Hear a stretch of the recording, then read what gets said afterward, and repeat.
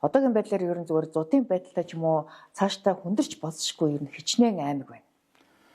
За зуудын одоо болсошгүй эрсдэл бүхий аймагуудаа бол бид ялгасан байна. Нийт орон нутгийн 50% нь зуудын эрсдэлтэй гэж харж байгаа. За нэг эрсдэлтэй нь бол одоо Баян Үйлгийн аймаг. За өндөр эрсдэлтэй нь болохоор Баруун бүсийн аймагуд. За дунд зэргийн эрсдэлтэнүүд нь болохоор одоо Төв аймаг, Дархан,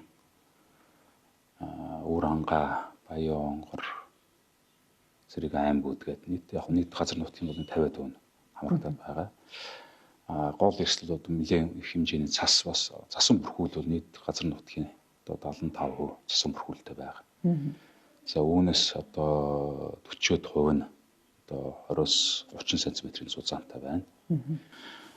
Улсын онцгой комиссийн хурал онлайнаар бүх аймагуудтай хуралдсан байгаа. За түүгээр болохоор үйлчлэлтийн бэлэн байдлыг хангах зорилгоор бол засгийн газар 56 дахь тогтоолоор одоо тодорхой чиглэлүүд өгсөн байдаг. Тэр нь бол одоо тодорхой хэмжээний өрсөлдөж жилийг хамгийн багадаа тэдээс доошгүй сум бүрт эдийг аймагуд эдийг хэмжээнүүдэн зааж өгч чиглэл өгсөн байдаг.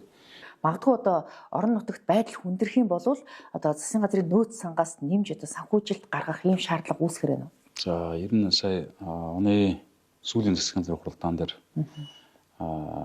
эдгээр саналаа оруулаад засгийн газрын тогтоол гараад батлагдсан байгаа. Энэ бол одоо улсын нөөц сангаас нөөцийн хөрөнгөөс одоо нийт тэжээлийн 60% нь аймаг орон нутагт хуваарлахаар засгийн газрын тогтоолыг батлуулсан байгаа. За мөн тодорхой аймаг сумын одоо эрүүл мэндийн байд юм уу эсвэл одоо унаа тэрэгний хүндрэлтэй байгаа одоо мал эмнэлэг байд юм эсвэл эрүүл мэндийн төв байд юм эдгээр байгууллагуудад тодорхой хэмжээний бас машин техникийн асуудлыг шийдэж өгөх. За маш их хэмжээний цас ороод одоо даваагүйгээ цэвэрч чадахгүй газрууд бол тодорхой хэмжээний техник хөрөмжийн тусламж үзүүлэх зорилгоор засгийн газрын тогтоолыг батлуулсан байгаа. Үүгээрээ бид нар нэлээд өндөр хэмжээний одоо эрсдэл бүхий зарим нэг аймаг, зарим нэг сумд бол тохиромж асуудал нь бас давхар шийдэж өгч байгаа. Хэрвээ магадгүй зарим одоо ганта байсан аймагуудад өвс жижиг бэлтгэх байдал хүндэрсэн болвол улсын нөөцөөс тодорхой хэмжээгээр хөнгөлөлтийн үнээр малчтад одоо өвс жижиг нийлүүлэх юм. За ер нь яг зөвхөн бид нар нөгөө тусламж үзүүлэх асуудал биш одоо малчтын амжиргаа та холбоотой асуудал нь улууран шийдчихэж энэ өвлийн энэ жил болгонд өвөл болно. Жил болгонд зуудын эрсдэл бий болно. Тийм учраас бид нар энэ махны болон малын экспортыг яг энэ 25 оны түвшиндээ хадгалах буюу нэмэгдүүлэх боломжийг нэмэгдүүлээд явж байх хэрэгтэй. За үүнтэй холбоотойгоор засгийн газрын зүгээс бид нар бол энэ газрын тухай хуульд нэмэлт өөрчлөлтийг хийж одоо малчид байт юм уу, хоршоо байт юм уу те энэ одоо мал аж ахуйтай одоо мал аж ахуйн үйл ажиллагаа эрхэлж байгаа иргэн аж ахуйн нэгжүүдтэй тэр тэжээлийн тарих газрын шийдэж өгсөн.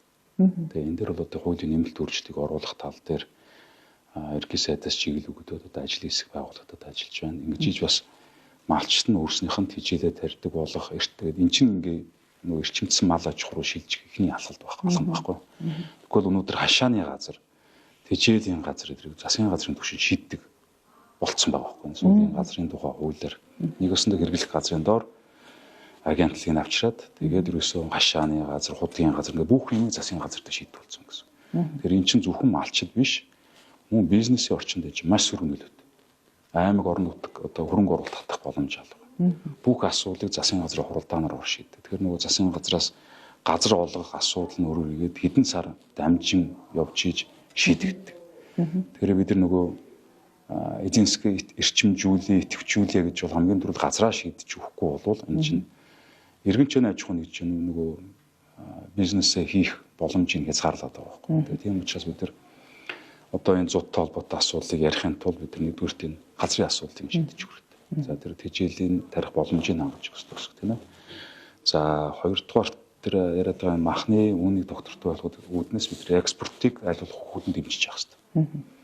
За энийг хийхин тулд бид нар бас эргээд лабораторийн хөрөнгө оруулалтыг тодорхой хэмжээнд бас нэлээд сайн шийдэж явж явах хэрэгтэй гэсэн. Тэгээ лаборатори гэдэг маань орон нутагт байгаа лабораторид ярьж байна тийм ээ.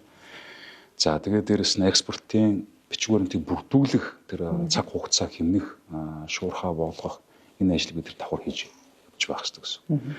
За мөн үүнтэй холбоотойгоор нөгөө мал эмнэлгийн вакцинжуулалтын асуудлыг системтэйгээр нэвтрүүлэх хэрэгтэй гэсэн. За энийг нь одоо болж игэл одоо тэр биокомбинат байт юм уу те.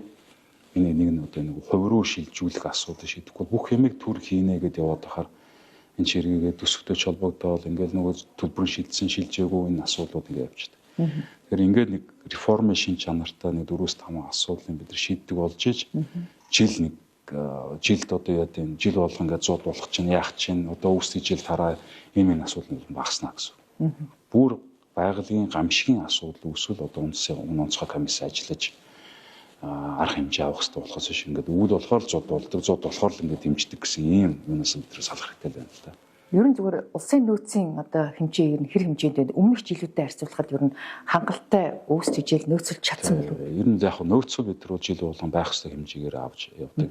Хэдий ядгүй юм чинь улсын нөөц нууц байдیں۔ Тэр яаж тань шууд тэдэн юу вэ гэдгийг хэлэх боломж байхгүй. Бид нар бол үндсэндээ за нөгөө тэжээл шатхуун за тодорхой хэмжээний хүнс гэх мэтлэн одоо гол нэвтрүүлийн юмудаа л нөөцөлдөг шүү дээ тийм ээ.